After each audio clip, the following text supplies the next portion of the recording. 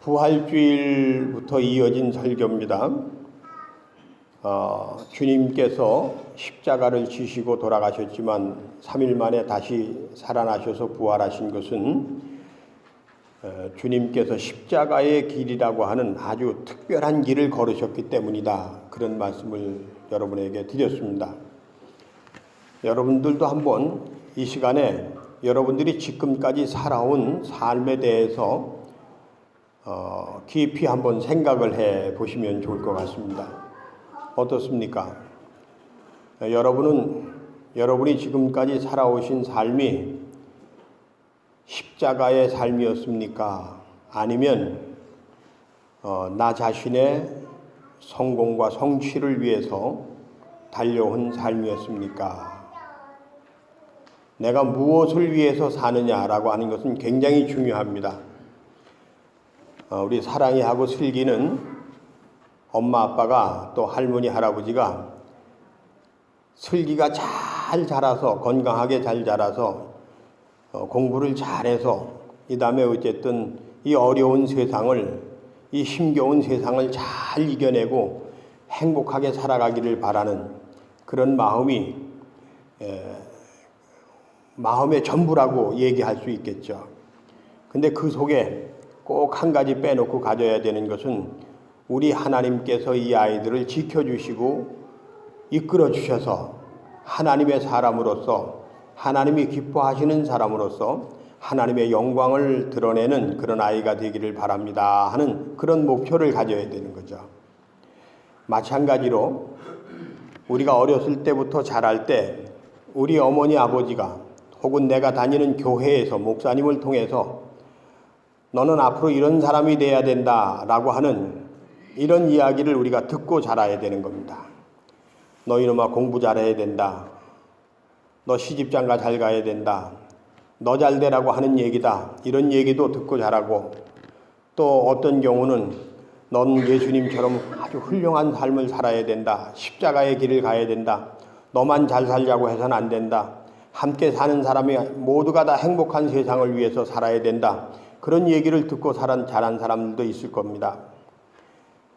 제 개인적인 얘기를 하자면 저희 부모님들은 착하게 커야 된다든지 착한 사람이 돼야 된다든지 훌륭한 사람이 돼야 되는지 공부를 잘해야 된다든지 이런 얘기는 저한테 한 번도 하신 적이 없습니다. 하도 공부를 안 하니까 한 번은 어머니가 아버님한테 좀 얘기 좀 하라고 애한테 좀 그래도 좀 놀기만 하지 말고 공부를 좀 해야 된다고 얘기 좀 해야 되지 않겠느냐고 좀 매를 때려서라도 애를 좀 어떻게 해봐야 되지 않느냐 이제 그러셔가지고 우리 어머니가 회초리를 손가락 굵기만한 회초리를 하나 해다가지고 아버님한테 갖다 드렸어요. 제가 보는 데서. 그랬더니 저희 아버님이 그걸 받으셔가지고 이제 어머니의 부탁이니까 그걸 거절할 수는 없고 그걸 가지고서 뭐라고 그러시는 거니 이게 아프다고 해서 매가 아니라고 그러면서 가가지고는 아주 가느다란 나무가지를 하나 갖고 오셔가지고 손바닥을 대라고 그래서 손바닥을 한번 종아리인가를 하여간 걷었는데 뭐 그건 아무리 씻건 후려쳐도 아프지 않은 그런 아주 얇은 그런 나무가지라고 할 수 없는 그런 나무가지 그걸 가지고 한번 이렇게 종아리에다 3번 이렇게 대시면서 공부도 좀 하면서 놀아라 그러시더라고요. 하여간 저는 어려서부터 공부 잘해야 된다. 뭐 잘해야 된다. 훌륭한 사람 이런 얘기는 못 들어봤습니다. 뭐 교회 잘 다녀야 된다. 이런 얘기도 못 들어봤습니다. 아버지 어머니는 직장 때문에 항상 이사를 다니셨고 저는 할머니하고 같이 동생들하고 같이 자랐는데 형님들도 배가 다른 형님들이다 보니까 저한테 이래라 저래 소리를 아예 안 하셨습니다. 혹시라도 어머니가 서운해 하실까봐 그랬는지 몰라도 하여간 형님들한테 야단을 맞거나 무슨 뭐 칭찬을 듣거나 그런 적도 없습니다. 그저 저는 제가 잘나서 그저 어떻게 되겠거니 그렇게 생각을 하고 또 저 자신에 대한 믿음이 좀 지나쳐서 뭐 내가 이 다음에 훌륭하게 잘 살면 되지 뭐 이렇게 생각을 해. 그냥 캐세라 세라 그러면 될 대로 되라 그러면서 열심히 놀았습니다. 그런데 그러던 가운데 정말 은혜로 하나님을 만나서 그 하나님을 만난 그 순간에 제가 예수님의 이야기 속에서 인생의 가치를 발견하고 그리고 그 이후로는 제가 그 세상의 어떠한 가치에도 흔들리지 않고 오직 예수님의 십자가만 바라보면서 이웃을 사랑하면서 함께 살아가는 삶을 살겠다고 하는, 무슨 감옥에 가고 이런 건 없지만은, 그렇다고 해서 아주 어려운 사람들 속에 들어가서 지질이 고생 같이 하면서 이런 적은 없지만은, 어쨌든 내가 있는 곳에서 내가 한 마음으로 내 이웃을 돌보고 섬기면서 이렇게 살겠다, 그런 마음 가지고 지금까지 살았기 때문에 제 마음 속에 참 나는 은혜로 살았구나, 참 복이 있는 사람이구나, 그런 생각을 합니다. 여러분은 어떠십니까? 여러분들은 지금까지 살아오는 인생 가운데서 인생 전반기라고 얘기할 수 있는 20대까지 어떻게 사셨고, 중간이라고 할 수 있는 40대까지 어떻게 사셨으며, 40대 이후에 60세까지 어떻게 사셨고, 이제 마지막이라고 할 수 있는 이제 마지막 레이스를 시작을 하는 이때에 60세에서부터 100세까지 어떻게 여러분들은 어떤 마음을 가지고 살아가고 계십니까? 바라기는 예수 그리스도에게 부활을 가져다 준 십자가의 길을 가시는 여러분 되시길 간절히 축원합니다. 우리는 십자가의 길을 가야 됩니다. 왜냐하면 그 길에만 행복이 있고 그 길에만 평화가 있기 때문에 그렇습니다. 제가 오늘 본문을 선택한 것은 십자가의 길이 과연 어떤 길이냐라고 하는 것을 구체적으로 얘기해 주기 때문에 이 본문을 선택을 했습니다.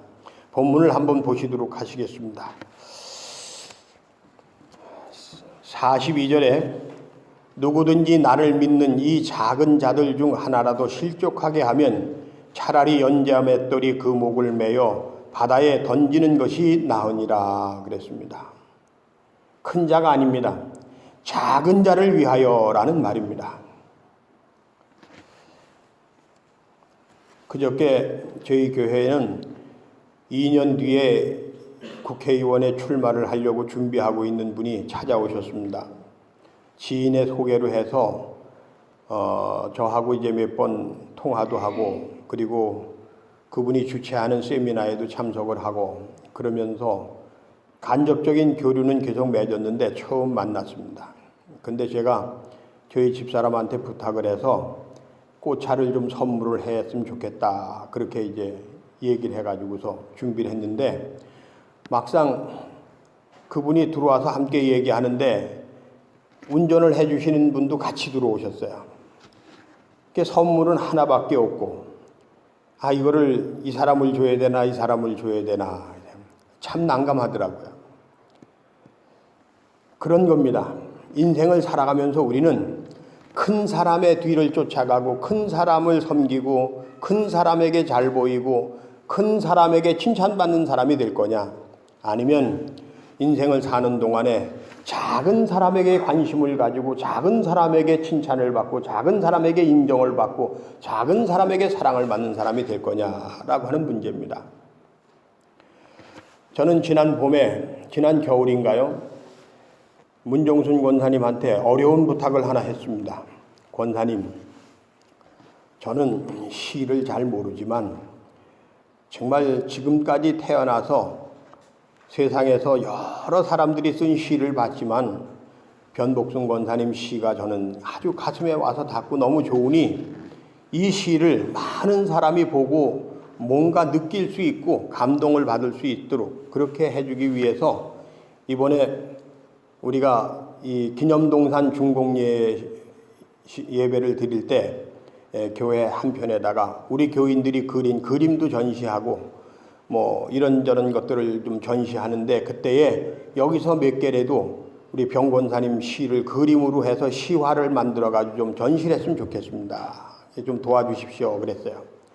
물론 문종순 권사님보다 그림 더 잘 그리시는 분이 계시겠지만 문종순 권사님이 우리 교회에 오신 지 얼마 되지도 않으셨고 목사의 관심도 좀 필요하신 분이라고 생각을 해서, 그래서 일부러 문종순 권사님한테 부탁을 했습니다. 제가 문종순 권사님 그린 걸 본 적이 없으니까 잘 그리는지 못 그리는지 제가 알 턱이 없지 않습니까? 근데 믿음으로 부탁을 드렸어요.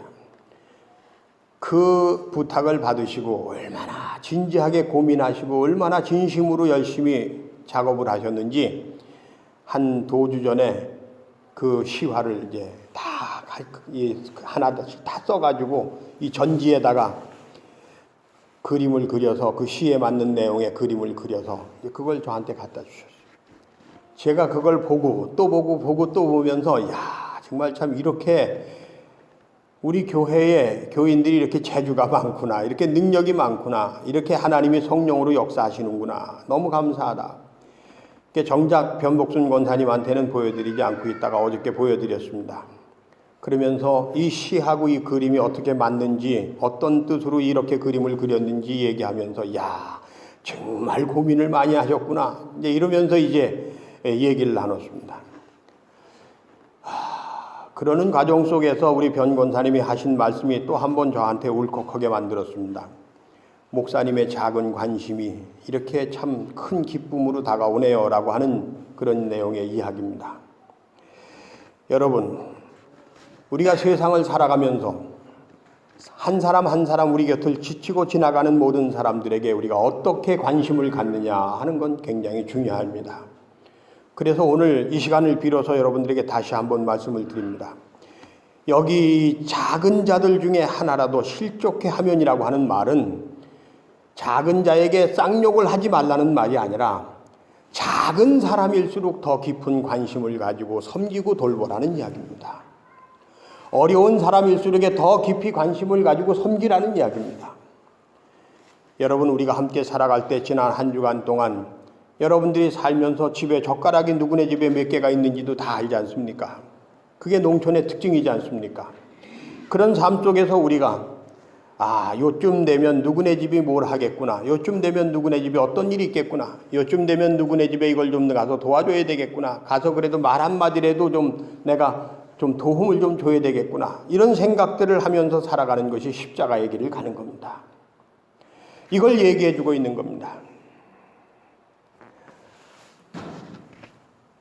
사랑하는 성도 여러분, 오늘 본문 얘기 속에 아주 무시무시한 얘기가 나옵니다.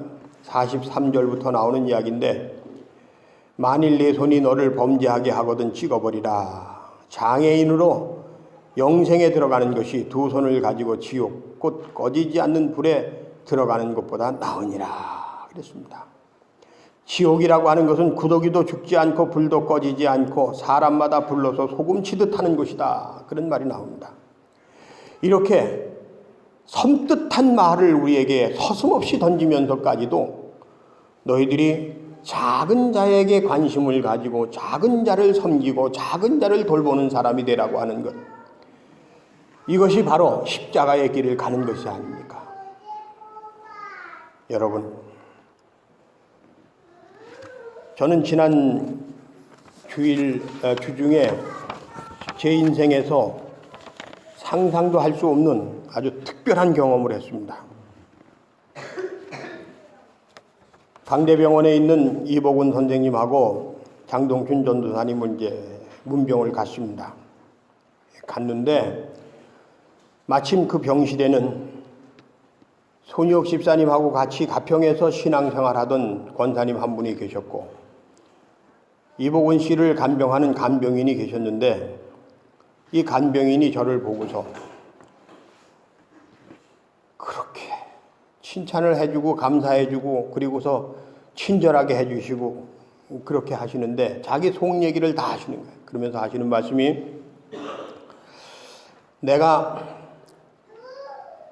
석산리에다가 전원주택을 가지고 사업이란 사업은 다 하면서 그렇게 살 때, 말하자면 좀 떵떵거리고 살 때, 목에다 좀 힘주고 살 때, 그때도 주의 일을 하겠다고 내가 이제 어디에다가 수련원이나 기도원이나 이런 걸 좀 해야 되겠다, 이런 생각 가지고 살았고, 그러다가 이제 단원리에다가 섬김의 집이라고 하는 요양원을 하나 차려가지고서 뜻 있는 사람들과 함께 어려운 사람들을 섬기고 이렇게 했는데 그게 잘 안 돼가지고, 또 그러다가 또 얼음판에서 미끄러져가지고 다치는 사고를 당해서 그만 자기가 이제 하던 일도 잘 안 되고 그래가지고서 요양원에 이 간병인으로 이제 어려운 사람들을 간호하는 이런 일을 이제 하고 있는데, 이번에 이 강대병원에 오면서 그랬대요. 춘천에 오면서 내가 환자를 가리지 않는 그런 간병인이 되겠다, 그렇게 기도를 했답니다. 간병인들도 어려운 환자는 서로 안 맡으려고 그런대요. 그래가지고 자기가 그렇게 기도하고 왔는데 오자마자 맡은 환자가 이복원 씨예요. 다른 환자들은 아무리 어려워도 한 주, 일주일 정도만 잘 이렇게 도와주면 상태가 호전이 되는데 이 이복원 씨는 상태가 호전되는 게 아니라 갈수록 더 나빠진다는 거야. 그래서 정말 못하겠다 그런 생각을 가지고 자기가 이제 관두려고 하는 참에 목사님이 문병으로 왔다가 나가시면서 간병인인 자기한테 너무 고맙다고 이 환자를 잘 돌봐달라 그러면서 5만 원을 줬다는 거야. 제가 그때 지갑에 마침 5만 원짜리가 몇 장 있었는데 2장 주긴 좀 그렇고 그래서 한 장만 드렸습니다.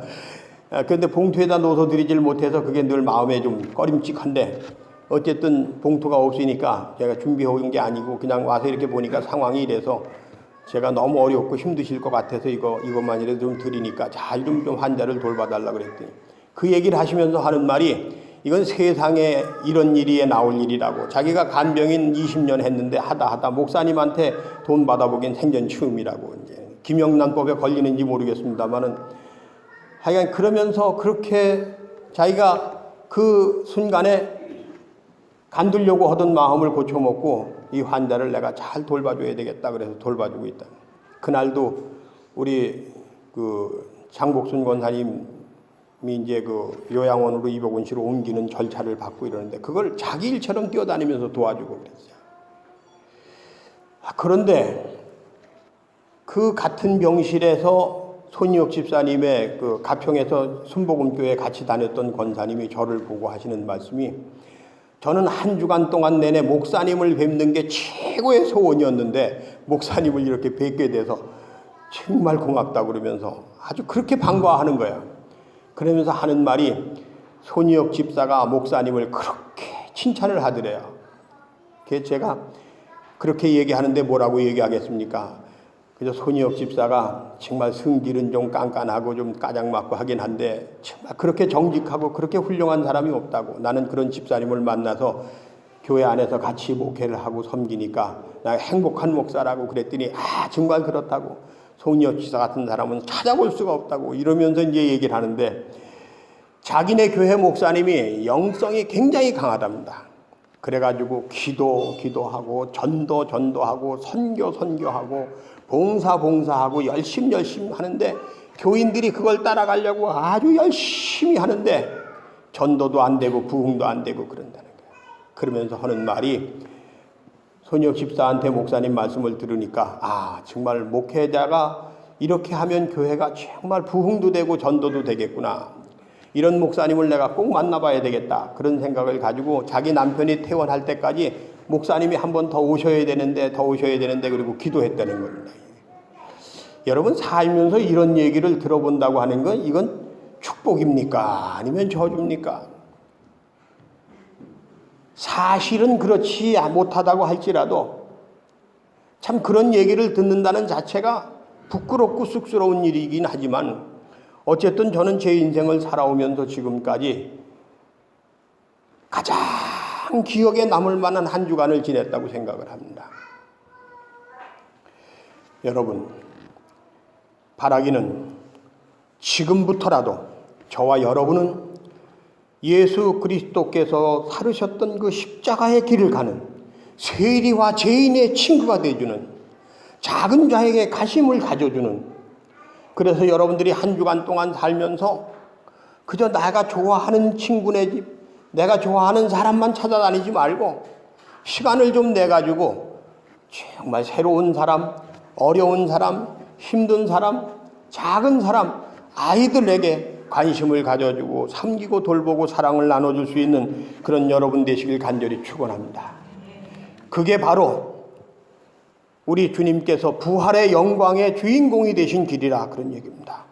하나님은 우리에게 큰 것을 요구하지 않습니다.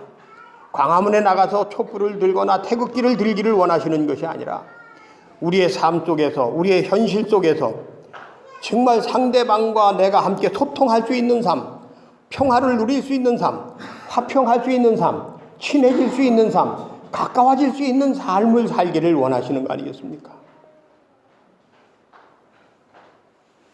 그러면서 그 속에서 어떻게 하는 것이 내가 저를 위하는 것인가 떡을 주는 것인가, 아니면 말을 예쁘게 하는 것인가, 아니면 따뜻한 마음으로 따뜻한 말을 하는 것인가, 이런 것들을 고민하면서 자기 스스로를 세워가는 것이 아니겠습니까?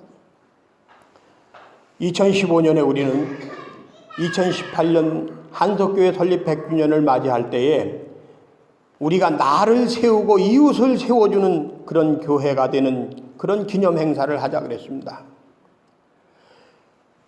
2018년 100주년 기념교회로서의 목표가 뭔가 거창한 일을 하는 것이 아니라 2018년까지 우리 교인들이 각자가 자기 자신을 정말 그리스도인으로 세워가는 그런 노력을 한번 해봅시다. 그래서 우리가 따뜻한 마음을 갖는 사람이 됩시다라는 얘기를 했던 겁니다. 그리고 두 번째로 나만 든든히 세워가는 것이 아니라 내 이웃을 세워주는 사람이 됩시다. 이웃을 섬기는 사람, 이웃의 손을 잡아주는 사람, 위로하는 사람, 칭찬해주는 사람, 격려해주는 사람이 됩시다. 이걸 우리가 100주년 기념 사업의 목표로 그렇게 세웠습니다. 그리고 구체적으로 그런 가운데서 우리가 모든 사람들이 누구든지 와서 쉬어갈 수 있는 공원 하나는 좀 만들어 봅시다. 그래서 동산을 만들어 왔습니다. 얼마나 좋은지 모르겠습니다. 저는 지난 3년 동안 여러분들이 영적으로 여러분들의 삶이, 여러분들의 인격이, 여러분들의 철학이 성장해 가는 것을 보면서 하나님 앞에 감사와 영광을 돌렸습니다. 그렇습니다, 여러분.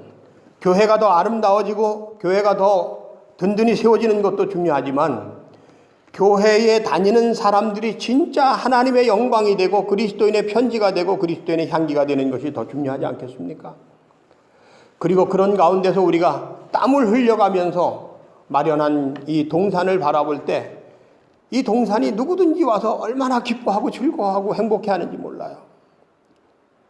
이제는 기념관에서 돌다가 그냥 가던 사람들이 이 교회 쪽을 힐끗힐끗 쳐다보고 한참 보다가 기어코는 넘어와서 슬슬 들어오기 시작해가지고 이제 저쪽 쉼터에 가고 예수님 상에 가고 오병이어 동상에 가고 기도 동상에 가서 사진 찍고 얘기하고 그러면서 얼마나 좋아하는지.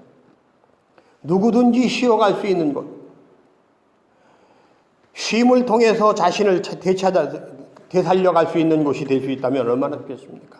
이곳에 왔다가 교회도 들어왔다 가고 그러면서 정말 예수 믿는 게 뭐구나라고 하는 거 목사님하고 얘기도 좀 나누고 가고 이런 교회입니다. 여러분, 오늘 주보에다가 그런 이야기들을 좀 자세하게 썼습니다. 그동안 우리가 2015년 이후에 이런 이야기들, 이런 일들을 해왔습니다. 그리고 이제 마침내 조금만 더 노력을 하면 이제 8월 15일 날 중공 감사 예배를 드리게 됩니다. 근데 놀라운 게 있습니다. 어쩌면 하나님께서 이렇게 부족하지도 넘치지도 않게 딱 알맞게 모든 것을 이루어 주시는지 모르겠습니다.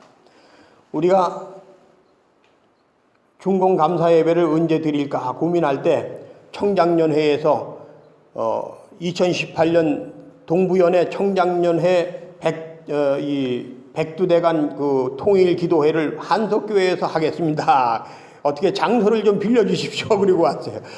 그렇지 않아도 행사를 하면 사람이 있어야 되는데 사람들이 제 발로 오겠다고 하니까 얼마나 감사한 일입니까? 그리고 밥값도 저들이 내고 가겠대요. 우리 밥값까지 다 준비하고 있는데 밥값 굳었죠, 이제. 여선교회에서. 어쨌든지 간에 그렇게 됐습니다.